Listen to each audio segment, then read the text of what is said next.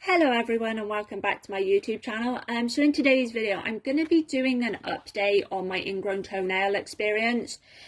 So I will link in the description box of this video a playlist so that people can go and watch the first video that I did, and I filmed that a few weeks after I had got my ingrown toenails removed. So I had both of my big toenails removed.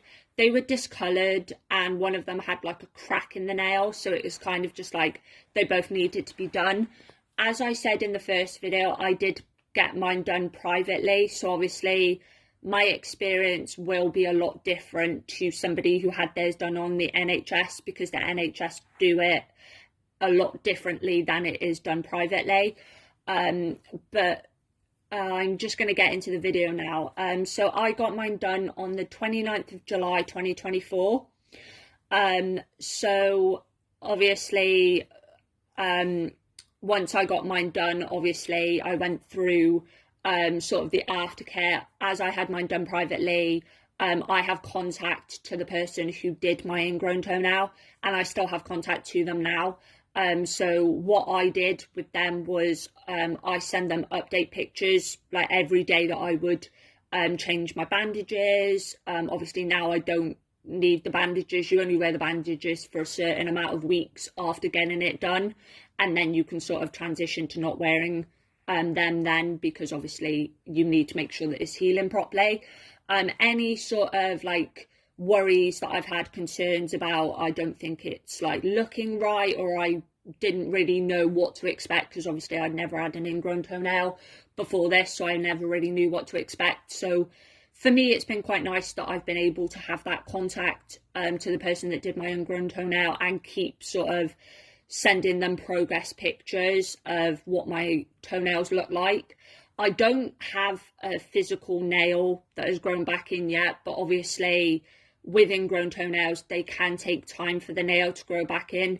There is also a possibility that you can have a nail removed and a new nail not grow back in, but it's kind of like you don't know until you get it done whether a nail will grow back in. Sometimes they can take longer than others to grow back in. Sometimes you may just be left with like not a nail, but my nails look a lot better than what they did before I had them done. They were very like yellow and discoloured. I had a crack in one of my nails. It just didn't look very nice. So kind of the aftercare that I did while it being healing, and what I still do now, I soak it in lukewarm water with, I pour a little bit of table salt in. That's what I was told to use. Some people may get told to use like sea salt or other things. Obviously depending on the NHS they may tell you something different, but that's what I do. So I soak my feet for 20 minutes and then I leave them to dry for an hour. The reason why I leave them to dry for an hour is when I had to bandage my toenails back up, my toenail didn't really it didn't dry very quickly, so mine take a little bit longer. That's why I use the hour, because by that time they're fully dry then, so that I could wrap them back up. Obviously I got mine done at quite a good period of time, that the weather was still nice out, that I could wear sort of open toe shoes for the amount of time I was meant to. I wore open toe shoes for a little bit longer than recommended, just because I was worried about going back into normal shoes. I didn't want to damage my feet. I didn't want to make them worse after like getting them done.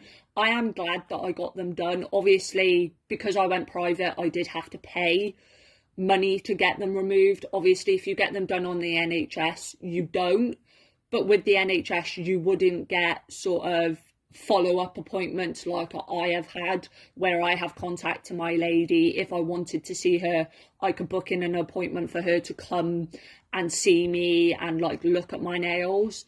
With the NHS you wouldn't get that. You would get the initial removing them, and you may get a follow-up like sort of a couple weeks after like you've kind of had them bandaged, just to check that they're healing okay, and then after that you would be left on your own. You wouldn't have any sort of support, where obviously where I've gone private I've got that support. So obviously my experience is a lot different. But yeah, mine are healing very well. the lady that did mine is happy with how they're looking. I file my nail with a nail file, so I don't do it like too hard because sometimes it can cause sort of like pain. I don't physically have like a nail there at the moment, but I can see that like it is sort of starting to kind of grow. Obviously when you get an ingrown toenail removed, it can take time for a nail to grow back in. There is also the possibility that it may not grow back in, but it's a risk that sometimes people will take if you know that you've got a toenail that doesn't look very nice, or it looks like, if you leave an ingrown toenail untreated, it can become infected, or you could physically have to have it removed or worse. I did try and get mine done on the NHS, and I was told that it wasn't an ingrown toenail, so that's why I went privately, because I knew that it was an ingrown toenail.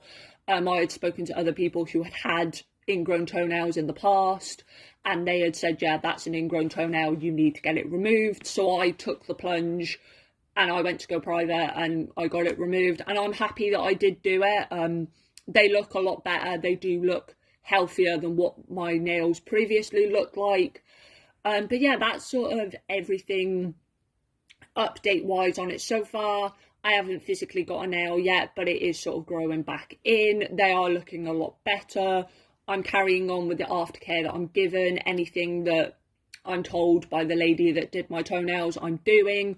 Or I ask, oh, should I be doing this? Should I do this? Like, you know, I always ask before I do it, because I'd rather ask it and sort of know rather than not. So I'm kind of glad that I have that sort of support network there in a sense.